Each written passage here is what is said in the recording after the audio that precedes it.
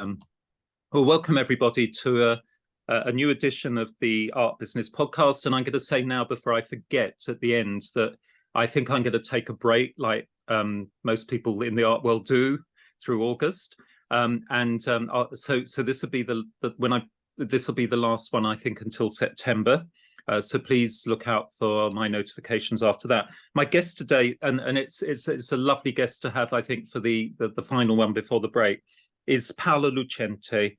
And she's a London-based independent curator with her bachelor's in visual art and a master's degree in a really interesting subject that we might talk about, art management psychology.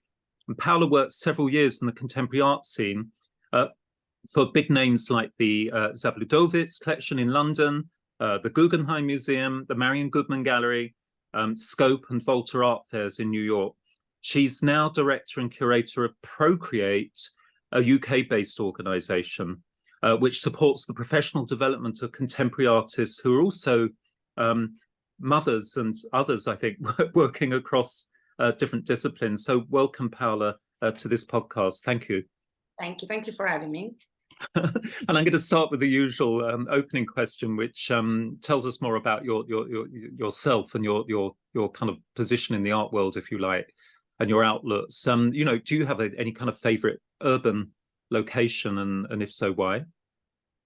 Well, with the risk of being banal as Italian, I would say Rome, but because has a special place in my heart. I born in a very small seaside city, Bari, which you may know because of it's a touristic destination, pretty hot at the moment in Puglia.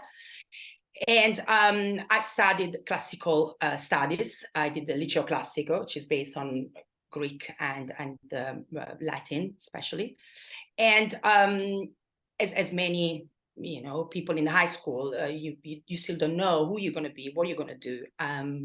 But the only thing I knew is that I had to live in Rome and I had to be part of the Roman life. So basically, the very first time that I went to Rome, it was during the final year trip during my last year in high school.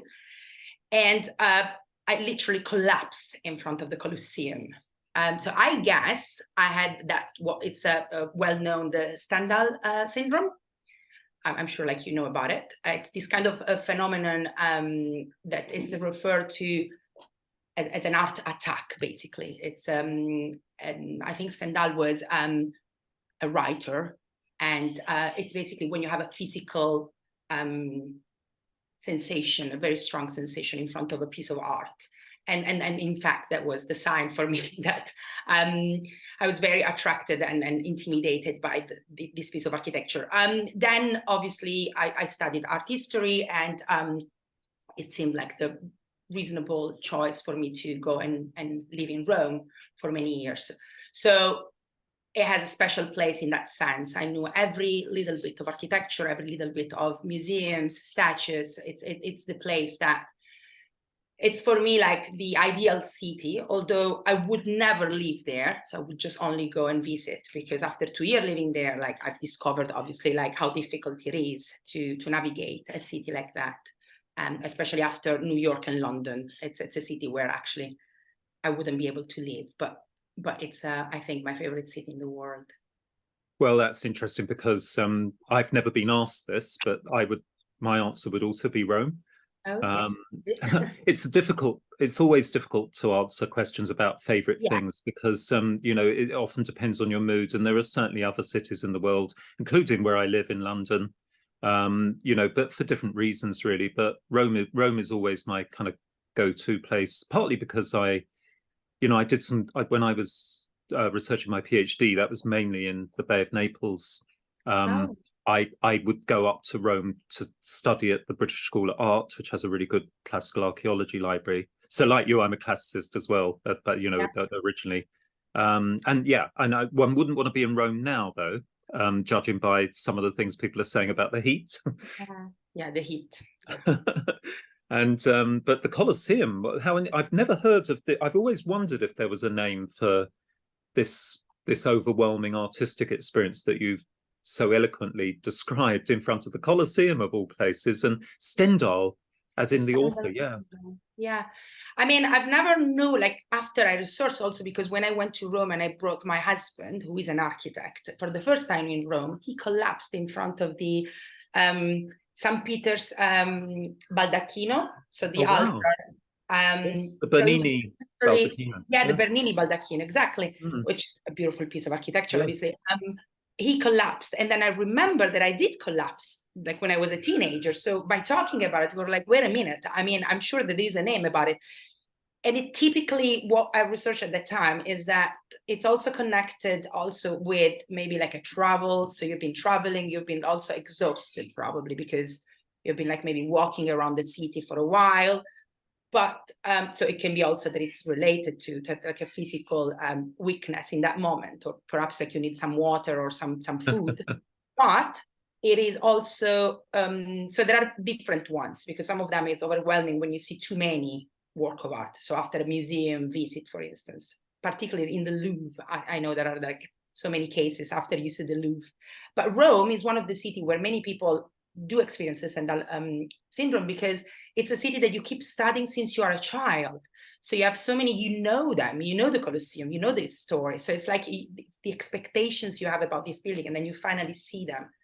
And the majestuosity, obviously, of the building in front of you. So it's a typical thing, apparently, especially in Rome and in front of big architecture, famous buildings or structures. Yeah, and it's something people often don't talk about, which is that spiritual quality, perhaps one could call it, that buildings like art and architecture has. And I was just thinking it's quite interesting that you've got the Colosseum, which obviously, you know, was a place where many people and animals have lost their lives. Hello? Yeah, so sorry, a little interruption there. So yeah, we were talking about this experience. We might call it spiritual or more psychological. That the Colosseum and the Baldacchino Bernini that your husband claps in front of, they're opposites really. They're binary opposites. So the Colosseum obviously is you know, is almost like a symbol of evil in modern times, where so many animals and people lost their lives, and of course it has that Christian history, which is partly potentially mythological according to some people, but obviously for Christian people it is also a religious sacred site, isn't it, where I think the Pope visits it once a year. I'm just thinking that there's something in that, I think, and the Baldacchino in St. Peter's is after all right above the famous tomb of St. Peter. So, you know, depending on your religious or other beliefs, I think that sometimes these things can have an effect that isn't just about the visuals, but about the actual spirit of place, if you like, the genius loci. So that's another conversation, I guess. But do you have any kind of, do you like the countryside or the seaside? Do you have any kind of special place where you escape the city? Yeah, I do like the countryside, although obviously I come from a seaside location, so I mostly love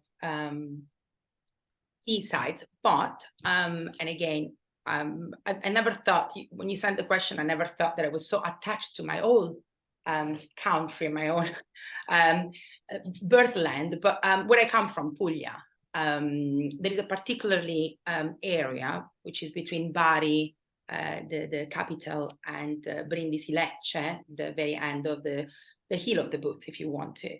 And it's called the La Valle d'Itria, and it's like this flat, beautiful countryside that hangs on an amazing, beautiful sea. But it's basically it's a flat area with thousands, not millions, perhaps, of olive trees, and there are very small buildings called the Trulli. I don't know if you've ever heard about it. Yeah, I've visited them. I've visited them, and I know Bari as well. So I come from Bari originally, but that particularly bit of land where Albello is, like there are the masserie, these amazing old farms from the 1600s who are now luxury hotels, 5-star hotels where Madonna spends her summer, perhaps, and the Beckhams. But this truly, there is this bit of like Loco Rotondo and Alberobello, where these small white stones coned roofs, like kind of buildings, very small. Mm-hmm. They're very peculiar to the area. So they're unique, really, and they've been around for many, many hundreds of years. The very first one we can find is from the 1600s, but they think that they're kind of like very back in the, even from the medieval time. And they used to be, I guess, farmers' houses, but sometimes they're so small that they were used during the heat waves and during the summer times for the farmers to leave their tools and find some shadow. And they're really, really, really climatically, they're very fresh inside, they're cool inside, so they keep the temperature low during the August and during the very high temperature outside. So there is Alberobello and the Masseria. So I guess that's the bit in the world. I traveled the world, but like I think in my heart that's my favorite place if I have to name one. Yeah, I think it's often a place you remember from maybe your childhood or when you're a younger person. But I can still, now when you describe it, I can remember, although it was over 20 years ago, I was down there in what we call Apulia, you call Puglia. I still quite often see like a Apulian wine, and that reminds me, as wines can do, of that locale. It's beautiful. And Bari, I remember, I think it was, doesn't it have some claim to the burial of St. Nicholas, who's Santa Claus, or Father Christmas? I think St. Nicholas is associated with Bari. Yeah, Father Christmas. Yeah, Father Christmas came, I guess, later on. Yeah, but originally St. Nicholas. It's associated with him. I mean, I think it's also because, hopefully I'm right, but I think it's because there is one of particularly miracle that it's recalled. 3 of them are very famous, but one of them, it was that he brought gifts to 3 very poor children. And I guess also because sometimes you can find in very old paintings San Nicolas bringing gift to children. So maybe, I don't know when it started, but he's associated with San Nicolas. And then I guess in Germany, they have San Nikolaus. San Nikolaus is absolutely the saint that brings on the 6th of December. It's not for us. San Nicolas doesn't bring gifts to children on the 6th. Interesting. But, yeah. So it's Babbo Natale, it's something else. But I guess because obviously we are a Catholic country, so there is no saint or nobody that really brings. So it's a commercial thing. It's Babbo Natale from Coca-Cola, literally. Absolutely. Unless there is La Befana, who is this kind of witch. But again, it's a pagan thing. It's not a Catholic thing. So, but it reminds, I guess, the 3 kings giving gifts to Jesus. It's so interesting, isn't it, the way those pagan older myths that have been communicated orally generation to generation, that they're then Christianized, or that there's always these very interesting underlying myths behind them. And mythology is amazing because it's not written down, and therefore it can change in different places and at different times. It's great. And I remember the architecture of Puglia, of course. There's these wonderful Romanesque, like we might say Norman buildings of the normal period. For the listeners, that's like 1000 to say 1200 CE, that sort of period. And they're really, really beautiful, very, very plain buildings. I remember churches, Romanesque churches in Puglia. So that leads me to my next question. You've already spoken about your response to the Stendhal reaction to the Colosseum, but would that also be your favorite piece of architecture, or is there another building you might think of if you had to choose one? It may be ancient, it may be modern. It's definitely modern. Again, those are difficult questions because for us, people working in the arts, it's like you can name many of them, but you have to pick one. So it's very difficult.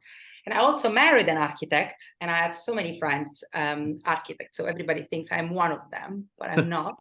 But I love architecture. To be honest with you, I did apply to architecture school before doing art history because I didn't know. Again, after high school, I think if you love the arts, then, and unless you absolutely know what your route is what your journey is going to be, like, you try many things. So I did try to study architecture, but I failed the test, so I didn't. Because you have to do a test in Italy. Not everybody can enter architecture school.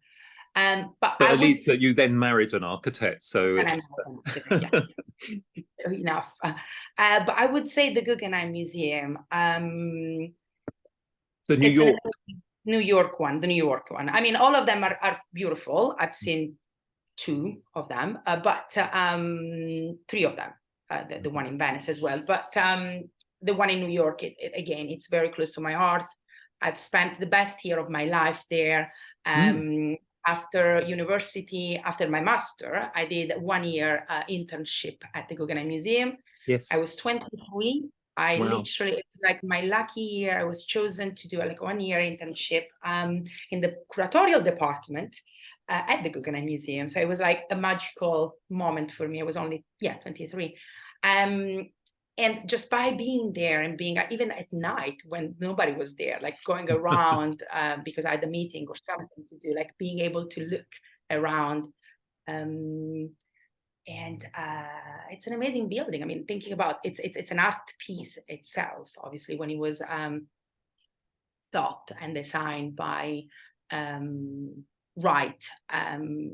It was meant to be like a container of arts, but it's itself it's an art piece, obviously.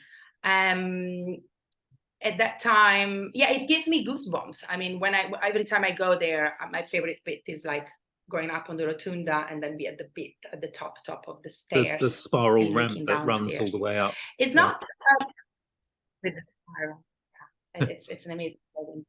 But I found, if I have to be critical a little bit, the little small rooms a bit constrictive.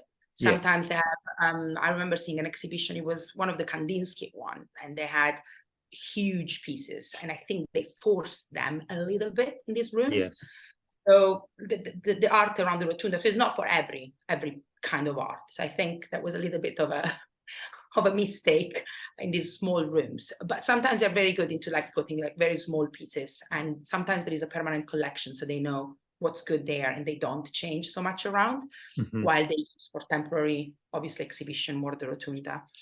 It's very difficult finding that balance, isn't it, between a beautiful building that is an art gallery and this, you as a classicist will know how Vitruvius, who wrote on architecture 2,000 years ago for the Emperor Augustus, he has this very famous statement that good architecture is 50% utility and 50% aesthetic, and it's getting that balance right, isn't it? And I think that the Frank Gehry Guggenheim in Bilbao was also criticized for its spaces as well.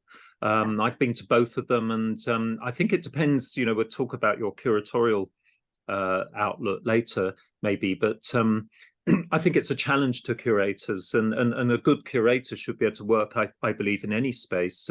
But I certainly remember, I think when I visited the Wright Guggenheim in New York, they had an exhibition of it was you may even remember it. It was Latin American Baroque altarpieces, and they were huge, but they were all the way up the spiral ramp, and it was quite remarkable, actually, that to sit, because that creates a very different viewing experience from another rectangular or square room in say Tate Modern. And again, it's interesting because they have, but as in many institutions, different curators. So by the end of my period there, I could tell which curator we're thinking about, because some of them really played around the building rather than forcing artworks in the building, and you could tell who the curator was. At that time, I worked for an amazing curator. She's still around. She's, I guess, the curator of the Mass MoCA now in Massachusetts, Susan Cross. And the only thing I remember about that year is that the first day she met me, she was like, "You will never make coffees here. I really need you.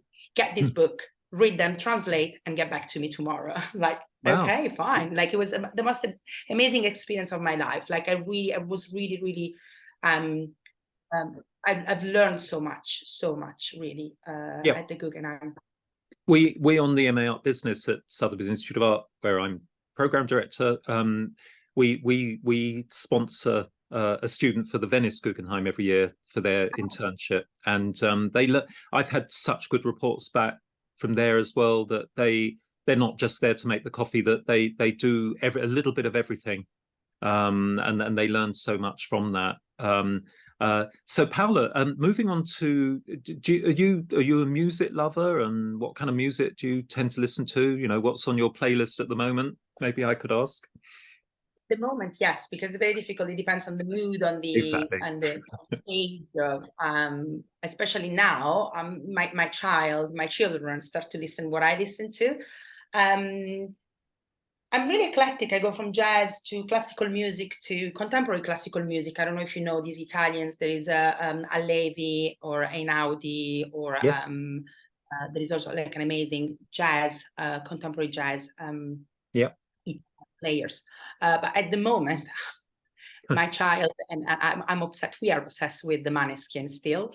Like this kind of rock band that won the Eurovision some years ago, and they're literally out there. But like even like the 90s, sometimes I would just listen to Verve, Blur, you know, old 90s good hour, you know, like yes.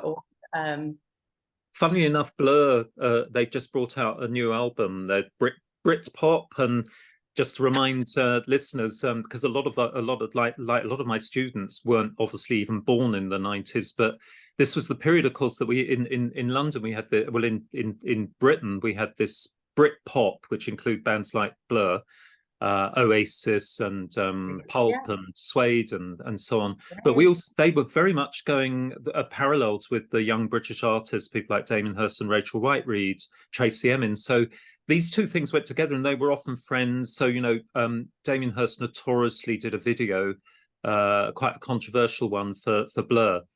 So they were working together, and I remember the 90s in London as being so exciting because everything was coming together. We had a young socialist prime minister called Tony Blair, who we look back on with slightly different opinions, but you know, it really was a period which actually resurrected London, I think, as a contemporary art centre. And then we had the opening of Tate in 2000, and that came on top of that.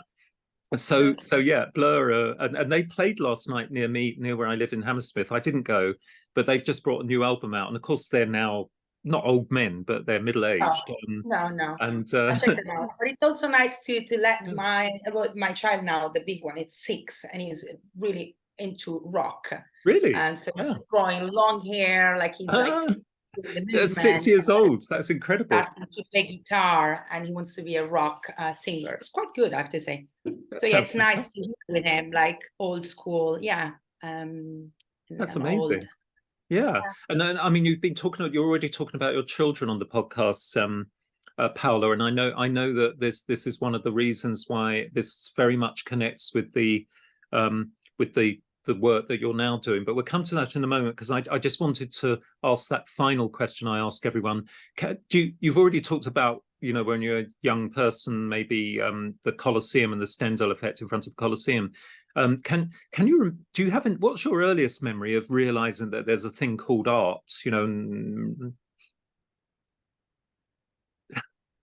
I mean, it's also the question. I could read the question in different ways, in a sense that obviously as Italian you are surrounded by art, so you go to church and see old paintings, museums are around you. Although where I come from, Bari, we had no knowledge or no experience of a contemporary art scene.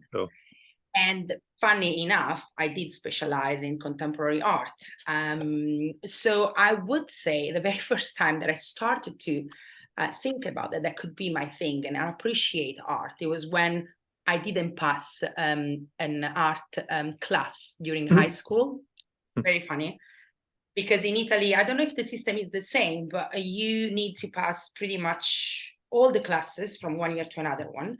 But if you don't pass up to 4, you lose the year. You have to repeat the year. But up to 3, you can basically study all summer and give an exam in September. And unless you're absolutely terrible, then they let you pass anyway. But the problem is that you study all the summer. So that year, for the first time in my life, I didn't pass the art class. And to be honest with you, like the teacher was a bit of a goofy person. Like I never took her seriously, and then that's why I think like she always like really didn't like me. But anyway, that summer I was like maybe 13. I really passed it in like truly looking at my art history book, and I appreciated very much because I had to take the time.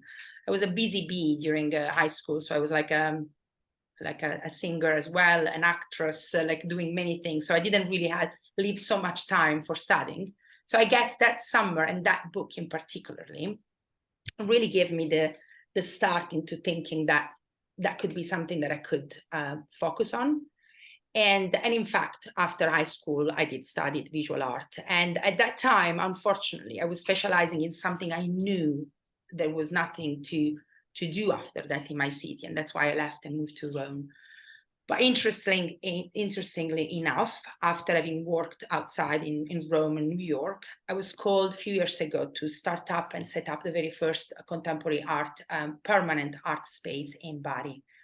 And now it's still open, and I've run quite a few programs for a few years, curated 2 or 3 years of the arts program. And it's now open. It's called Spazio Murat, and it's in the center of the city, and they have a really nice contemporary art program. That seems to be a pattern in Italy, doesn't it? Because we're coming back to Rome, of course. We had we had Mazzi opening up. What was it, about 20 years ago or so? The Zaha Hadid building. There's architecture overlapping again with art. So yeah, and I mean, people talk about many Italians, colleagues and friends that I speak to. They all tend to say that same thing, that we have this weight of the past, of Renaissance and even ancient art with us as we grow up. And I've even heard people be quite critical of the lack of support sometimes for working contemporary artists in Italy, and that they need more institutions and more support. So, and I think that's something that's begun to happen in Italy. And even working I work obviously more with the commercial art world, and I you will know this, that some of the well-known Italian old master dealers about 10 years ago began to start showing like modern and contemporary art as well as old masters, and that was partly a fiscal reason to do with the law, the laws coming in that would stop these things being able to be exported out of Italy like old masters. It was partly response to that, but it seemed to have a really positive effect on bringing to the attention that great arte povera and sort of post-war Italian art, but also contemporary Italian art. So it's great that you were involved in setting up of a contemporary gallery in Bari. What year was that, Paola? It was 2000, so it was 1 year before my son born, 2016 possibly. Yeah, 2016. But it was like a un bando, so it was like a grant offered by the local authorities, Puglia. And these years, like between 2013, 2016, were particularly prolific. There were so many new things coming up, and so many friends of mine, they came back and brought back their experience from all over the world, and they opened up quite a few different businesses. So that museum, that space, it's still a public space because it's one of the main center space in the old city. But the local authorities started to be supported and helped, and started to give in the hands of private companies and private funders those buildings. So we won. So I wrote basically the curatorial and the artistic program for the first 4 years, and then we were chosen as the best proposal. So we took over the building, and they're still there. It's the hub in Bari. They're still Fantastic. there, the building. Yeah. It's great that you were a part of that movement towards contemporary. And I think this was a global thing that, from about 2000, I think in London with the opening of Tate Modern, and the YBAs began to become more internationally renowned. And I think generally, we saw what happened in the art market. Suddenly there are these black tie evening event auctions for contemporary art. A lot of people don't realize what it was like before that. Our contemporary art was a very internal thing. It was almost sort of it was almost like what we call a closed shop. And I think it's with artists like Hirst, and I think it's become a lot more commercial. Or not commercial in a good sense, if you like. It's easy for people to look at some of this art compared to the art that I was looking at in like the 80s, 90s. So I think it's just a general thing that once you've got, wealthy people who are art collectors getting interested in buying contemporary art, I think that feeds in. It's a two-way thing, isn't it? It's a symbiotic relationship between the public art world. So contemporary art galleries open up more public galleries simply because of the interest in wealthy collectors as well. They're combined.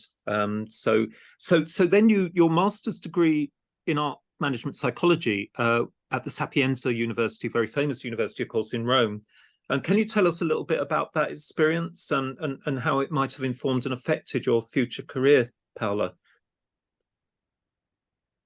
Yeah, I have to say now, and also like speaking with you and listening to my story, sometimes I do listen to what I say, that my career path has been also shaped by serendipity, in a sense that sometimes things happened to me and I kind of picked and choose and jumped on opportunity as they came. So not particularly didn't really have like a trajectory, or at least like a fix or like a clear trajectory after my university. But I knew that I wanted to work in the arts, but I didn't know in what kind of capacity. So when I moved to Rome, and I applied here and there to different masters, and I was very lucky to be selected for the very first edition of this Master Art Management Psychology, because La Sapienza was collaborating at that time with Columbia University in New York. So they were experimenting this course, and perhaps like I didn't research, maybe they are still now, but at that time there was art therapy, art psychotherapy. So this very first I guess program was trying to mix basically the arts with the science and introduce us students to the psychology and the cognitive neuroscience of how we generate ideas, we appreciate beauty, and how we navigate things. And therefore, there was a mix of lots of psychology classes, but there were a lot of people coming from the professional art world, and they would show us how to use it if you were a curator, and how to make sure that your audience will understand you better, or how to write better, panels when you describe what the artworks are about. So, and there was also how to design, the installations for the arts. So it was very interesting because you could start from like thinking about how we think and how we navigate things, and how you can make an improved experience for your audience. So I guess it was a successful one. Obviously, we were like the pilots, basically the pilot experiment, but they had quite few editions after that.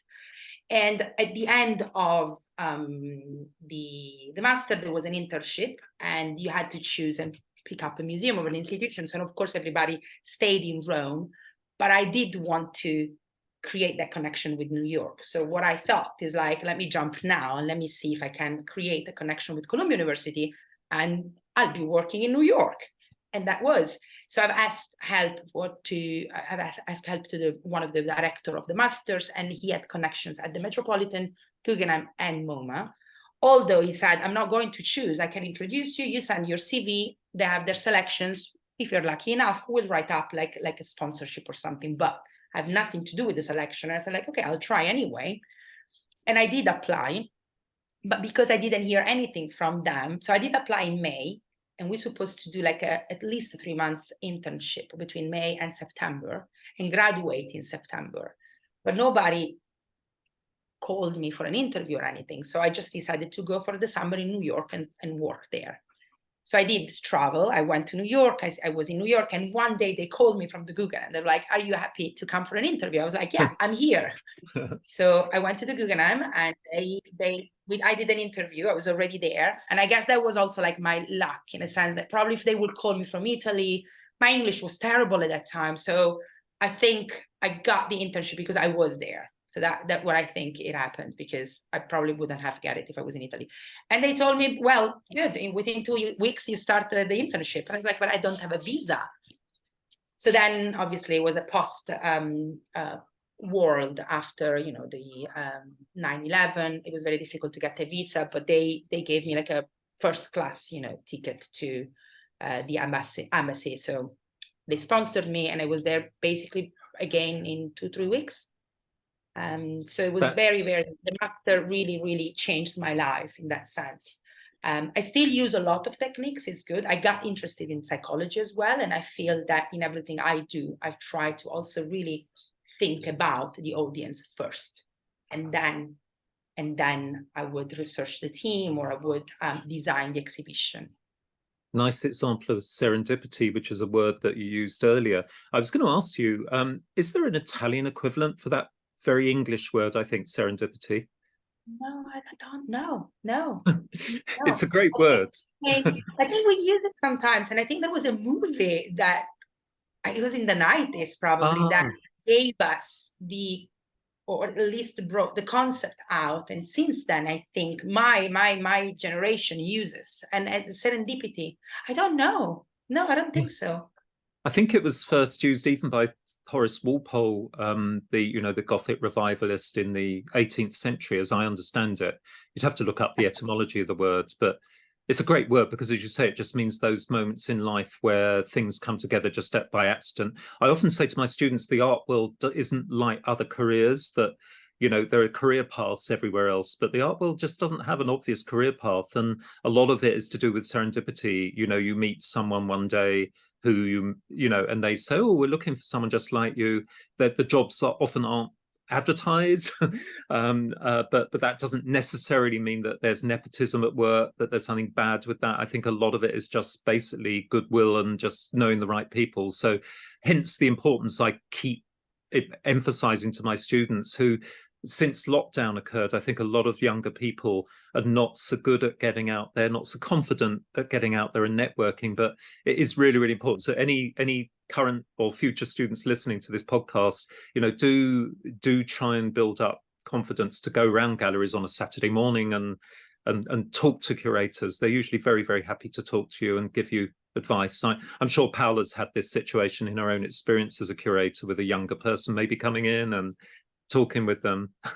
And another thing, Paola, you said about the degree in art management psychology. You talked about panels, information that you put on panels when you're a curator for the visitor signage, if you like. I have noticed in contemporary art exhibitions, and be they public exhibitions like Tate or MoMA, or even in private galleries, that what we call art speak, which was a very difficult language that contemporary art critics were taught at university, to use this very, very difficult language that the general public can't understand. I think that that's been broken down a little bit. I don't know if you have any views on whether you think signage should be directed at the ordinary person, if you like, or the interested person who isn't necessarily trained in art, or whether it should be really aimed at people who really understand art terminology. Well, and that's, again, you have different kind of curators as well. And thank God, also, like in bigger organizations and big museums, they have a specific department, the interpretation department, that specifically look at signages and how to talk to different audiences. So I am a democratic, I love the democracy. So personally, I appreciate when they give 3 different levels. Sometimes you can give up to 3 different levels. So the very, and you see at Tate's sometimes. So they will give you like a general panel when they give you like a very specific and few information. Then you can go deeper and deeper and deeper, depending on how much you want to hear about and how much you understand about art. So I think, again, it's art became culture, as you said. It's not anymore like an elite thing. And I would love, you know, for my father to understand what he's looking at and appreciate if he can and get some information, and then for the academic people to just go deeper and understand even more and further behind what the curator wants to say, for instance. So personally, I do appreciate when curators make the effort. Yeah, I think it's a happy medium between using the correct terminology, but not overusing it so that people just give up reading it. There Sure. is a happy Yeah. medium. And I Yeah. think sometimes audio guides are very good at using normal, you know, everyday Yeah. language to take people around art Yeah. Everyday exhibitions as language. well. Yeah. Yeah.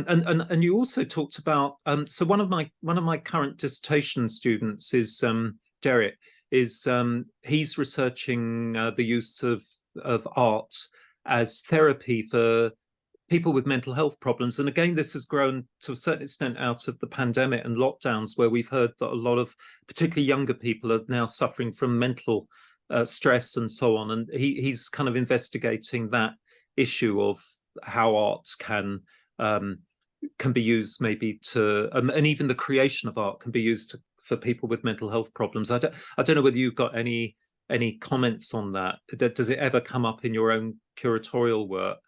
I think one of his points was, for example, that there's quite a lot of work done with people with other kinds of disability, if I can use that term, like maybe deaf people, people who with hard of hearing are taken around galleries with people with sign language and so on.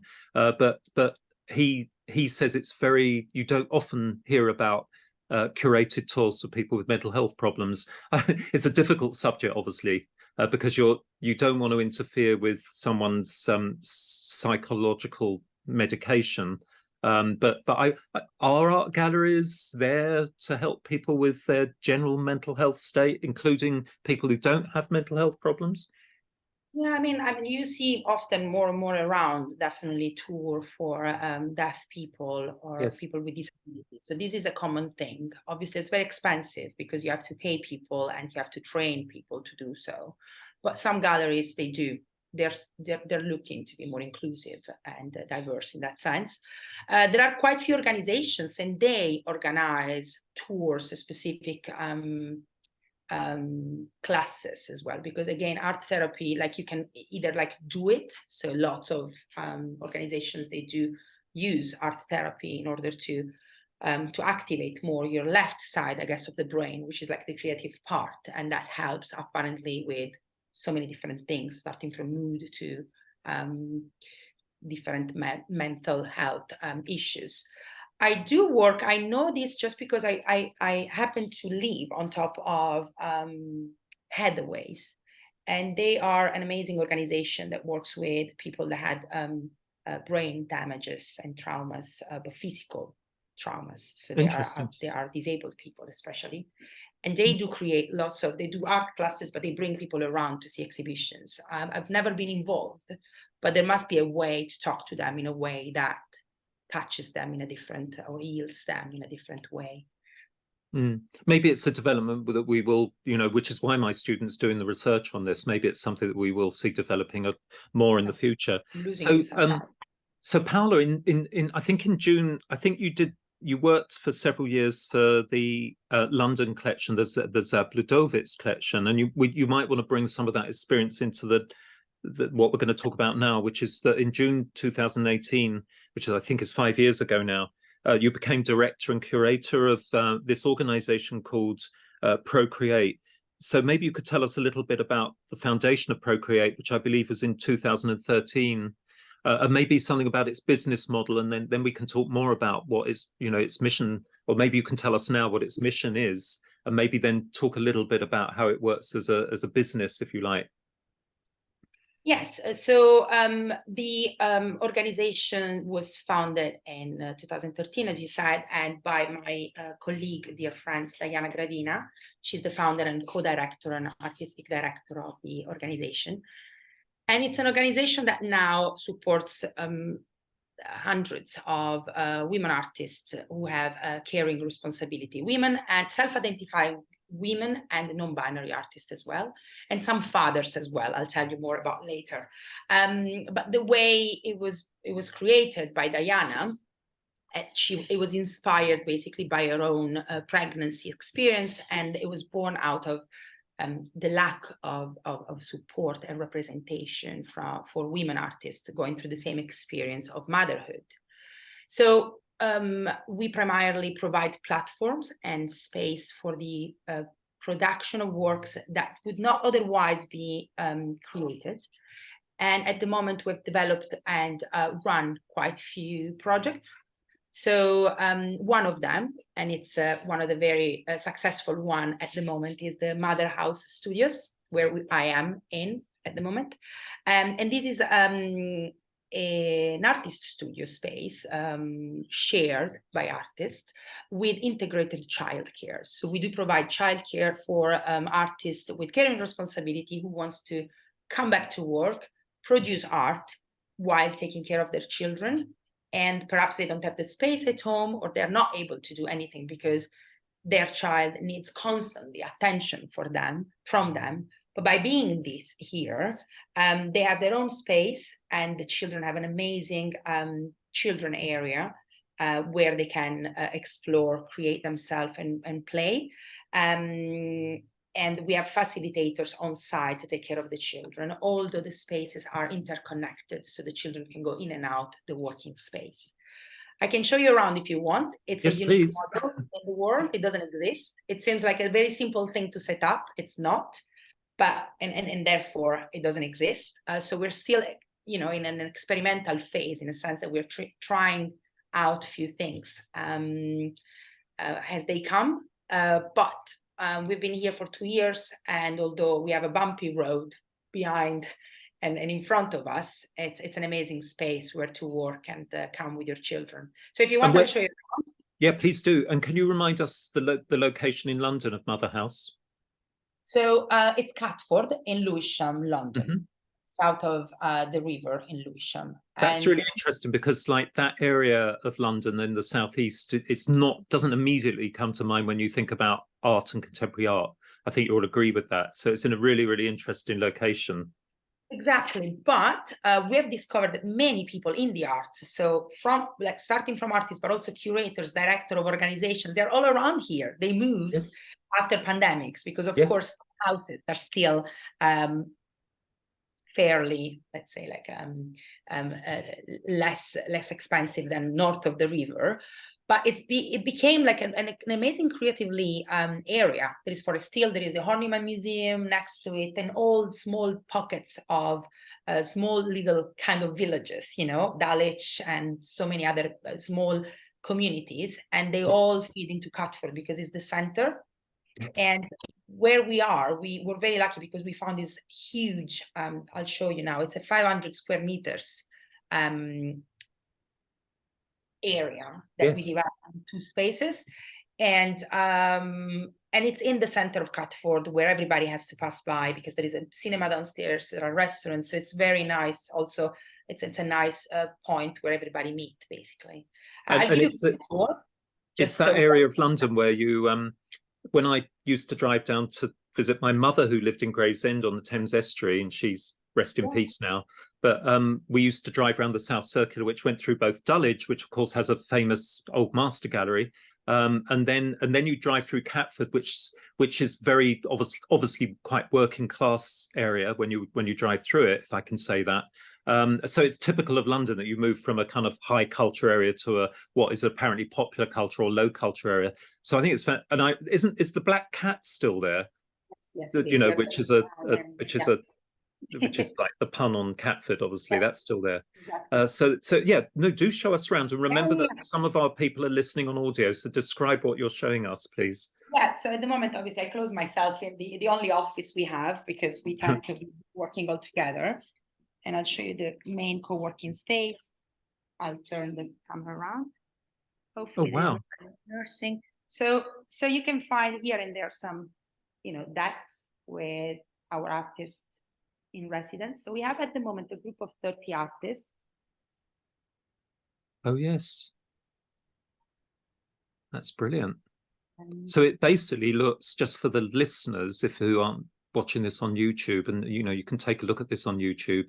We're coming towards the end of the podcast time, so I'll perhaps put some time points in for you. But it's an incredible space, all open plan with individual desks, typical artist studio floors where you can spill paint and other materials, and lots of space really for people. And there's windows with yeah, light from different directions, natural light. So, Oh, just going through a door now into yet another huge space. yes, so it's a no shoe zone, as you can see. Take your shoes off. And this is where the kids are.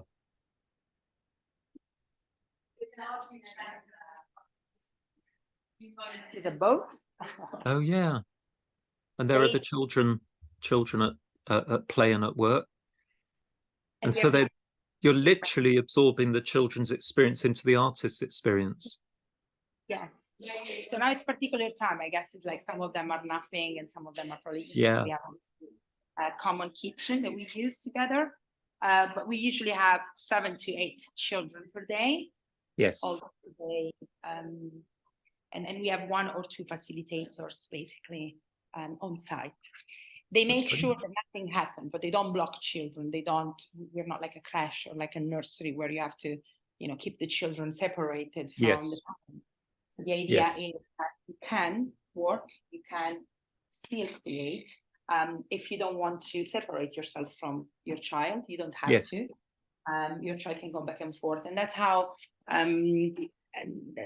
why and how basically I work myself, because literally my second daughter, because I was dreaming this place when I was pregnant and my child was 6 months, but we couldn't make it. So we received funds a bit later. Although I bring him here, but he's 6 now, so he's like kind of like an older. This is the rock star, future rock star. But the little one, Dorothea, she literally born here because I signed the contract the day before giving birth. I was in the hospital and we had to start the construction. The day before, I was like doing some checks and I was going to go for an induction the day after, and I had to sign the papers and send the paper to start. And then, luckily enough, my husband, architect, took over. So he was running the works here the day after, and I joined a week after, literally with my baby on the sling. And he was coming here basically weekly, and she started to work with me since she was 1 month and a half. So she's been here since then. That's lovely. And can you talk about maybe some of the other people that have appreciated this space, and is it appreciated, or is there a lot of interest in the Mother House space? It is. Since we opened, so originally the idea was created and piloted by Diana in 2016. And they found at that time an amazing space with a huge garden in Waterloo, London. But it was a temporary space. It was just a 1-month pilot experiment, and I had 35 artists at that time. So she started this kind of like the community basically back then. So then people started to talk about it, and so we wanted to create like a permanent space. So she did 3 pilots. And the story is that basically in 2018, when my son was 6 months old, and I was on maternity leave, I truly wanted to be part again of a community. I didn't want to be by myself. I needed to speak with people that were, that had the same interests as me. So it's like, I really want to speak with curators, artists. I want to find mothers who I can go to exhibitions with. I want to create or find a group of people like mine, like me, in the same phase where I was, like in my early motherhood months. And I didn't really find any groups. So then I started to research, and I thought, okay, fine, I'll create one. What am I going to do? But then doing my research, I realized that there was this organization, Procreate Project, that did some pilot, and then for some reasons, they shut them down. So I contacted them and said, like, I had this idea, but you had it first. So can I talk to you? Like, how does it work? Should we work together? And then I met Diana, of course, she was the director at that time. And the beautiful thing of Procreate Project is that it always looked, and I think still now, like a huge art organization with many people working behind, lots of, resources, especially financial resources behind. But at the end, it was just Diana doing everything. So when I met her, I said, like, well, this is incredible. Should we just join forces? I come from the visual art. At that time, she was a performer and an art producer as well, but I came from the visual arts. I came from galleries experience. So I had lots of contacts, lot of, you know, like I've seen things, I've done things that actually I could really put at the service of this organization. So we started, and my first idea when I joined her, I said, like, I really want a permanent space for mothers to come together and children to be there. So we had this idea of like looking for funds. So we received funds after 2 years in 2018. And the project was one of the last 26 finalists out of 600 projects who who pitched to get money from the GLA. So in 2018, and I don't know if it's still going on, but there was this organization called Space Hive, and they every year provided some millions from the GLA and matched a successful project who would be pledged by many private funders. So it's a crowdfunding basic platform, but the mayor of London would match the same money you would find and give the same amount to you. So we ran that year with 600 other organizations or projects, and we were the final 26. So we were like awarded as well in the City of London building by the mayor, and received in total, I think, £50,000. To be honest with you, were not enough to start off the project. We were very naive at that time, and now we know. But helped us out to, the pandemic hit, and then there was obviously the closure all over London. We were looking for 2 years for a place like that, and finally we did find it in Catford. And I have to say that Lewisham Council also believed in us and believed that actually they really, really wanted to be the first council to provide a service like that. So they were very supportive, and they still are. So the building is owned by the council, but managed and rented off by a big developer. So we actually rent from the developer, not directly from the council. Lots of interest since then. So 140 artists contacted us since then, many more outside London because they want to know how to open a mother house. So 140 to see the space, 100 of them came. The space is not for everybody because you need to be open to the idea that it is possible to work with your child around. Yeah. So I think many people, they just don't even try because we have in our mind the mentality of like, we need to separate work from children, and it is very difficult to think about it if you want. I don't know if you have children of your own, but it is difficult sometimes, and I need to, if I have meetings or like if I have to concentrate, no, definitely I have them around. Yeah. But now they're my business cards, so I bring them everywhere. Like I usually, sometimes I nurse in meetings on Zoom, or like I bring them in like big museums when we have meetings. But it is difficult. So some people, they have this, although they come and they see, they're kind of worried because they want their own space. Yeah. And they want all the children out. So unless they come and try out, it is difficult, and it's not for everybody. But so many artists have been able to produce artworks that they couldn't. And some of our artists, for instance, Chin Chin is one of our latest artists who really can talk about how much the mother house benefited her and her relationship with her children as well. She was able to produce so many artworks for 1 year, last year, and then she applied. So she has lost the confidence also in her artwork. I remember like she used to come here and say like, I don't even know if I'm an artist anymore because I don't paint anymore. I don't have time to do anything. And there's not such a thing. You unbecome an artist. It's like, but many women, they do lose confidence because they have to take a break of like 20 years sometimes, because sometimes they don't paint or they don't go back to their practice until the children, they go to high school sometimes. And depending on how many children you have, it can be like 2 to 20 years.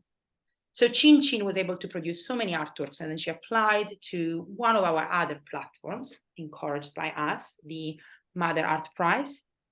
And she was anonymously, because we had nothing to do with the selection, but the judges select the artists anonymously. They don't know the names, they don't know the CV, they just on the pure base on the artwork, on the picture. She was selected as one of the finalist 20 artists for the Mother Art Prize. of this edition Mother Art Prize, and also was one of the winners. And she has just closed a solo online show with the Richard Soltoon Gallery, and sold quite few pieces. And now she has 3 more shows in the pipeline. And also, I've just heard a few days ago that there was some acquisitions by a famous Chinese museum. So again, providing platforms, providing space for people that otherwise would be on their kitchen table, and who knows if they will ever have the time to keep going with their practice.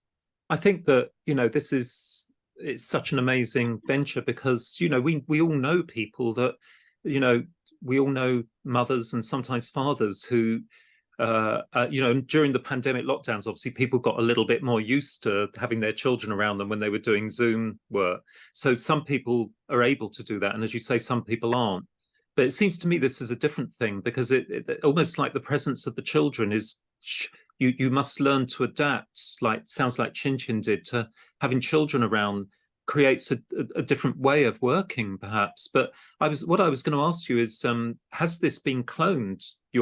Has Mother House been cloned in other areas of London, of the United Kingdom, or the rest of the world? Are other people now creating their own similar spaces, or do you think that you're unique?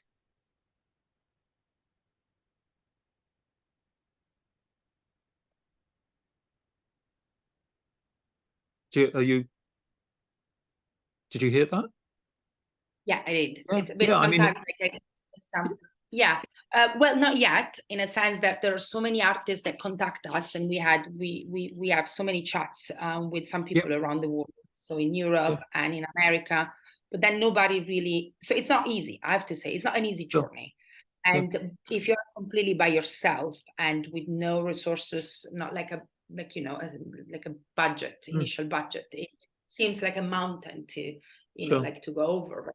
So again, Diana was brave enough to just jump into it and just do it with sources. And then only when we joined each other forces and we, asked and looked for money around, then we could make it. But it is not an easy journey. The idea is that actually we are going to sit down at some point and create guidelines and a toolkit for other people to create more mother houses. And then it would be amazing to have a network of mother houses in the world, but not that we know. There are no other project like that. We're out since a few years now, so obviously people could copy us, but nobody really did. There are some attempts, some residences, so like some pop-up places where people group and do things. But more and more organizations are looking into creating communities of artist mothers or primary carers. So whether you're father, mother, parent, I don't know. But no, nothing similar. The idea is to start doing it next year. Paola, I think that we've tapped into maybe another vein of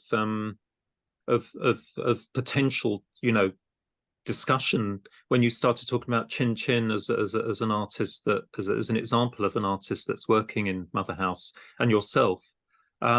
I'm just wondering whether in the new academic year we could revisit this, maybe with Claire Mander, I know is a friend of yours and works in a kind of with a similar kind of mission in many ways, and maybe get one or two of the artists in, and maybe have a panel podcast where we talk, because I think that this is such a worthy idea that it needs to be out there and to be developed. I'm even thinking about my own art business students that we often put together at the end of the year with, they're just doing it now, with emerging artists from various organizations, whether with their understanding of art business structures and marketing strategies, they might be able to work with a couple of your artists, so I think maybe we'll call this one to an end now. I'm aware of the time passing, and but maybe look forward to in the future to inviting maybe you and Claire and maybe one or two of your artists to have a discussion about this idea and how it might expand moving forward. Yeah. So Paola, would be very interested, because all they want to do. Yeah. No, go on. No, they would be very happy, because all they want to do, they're so enthusiastic and excited about what we're doing and what we did together, that they are always very open and happy to talk about their experience. Absolutely. We'll to inspire other people, especially absolutely. to say, like, come out, you can still work. You can do similar That things. way. Yeah. Okay. Well, I'll be in contact, and we'll have an episode maybe in the winter about developing this idea. So I just, on behalf of the people listening, thank you very much, Paola, for sharing these ideas. You know, it's just tremendous. Obviously, it's not just an artistic idea, but it's a social idea for mothers and other carers of young children to be able to continue their professions after, very often sort of soon after giving birth. The name Procreate is so apt, obviously, because, you know, and avoiding the potential of like isolation and postnatal depression, which I know is often associated with suddenly being out of your normal workspace. And it just seems tremendous on so many levels. So thank you very much for being with us today, Paola. Thank you very much for inviting me. See you soon.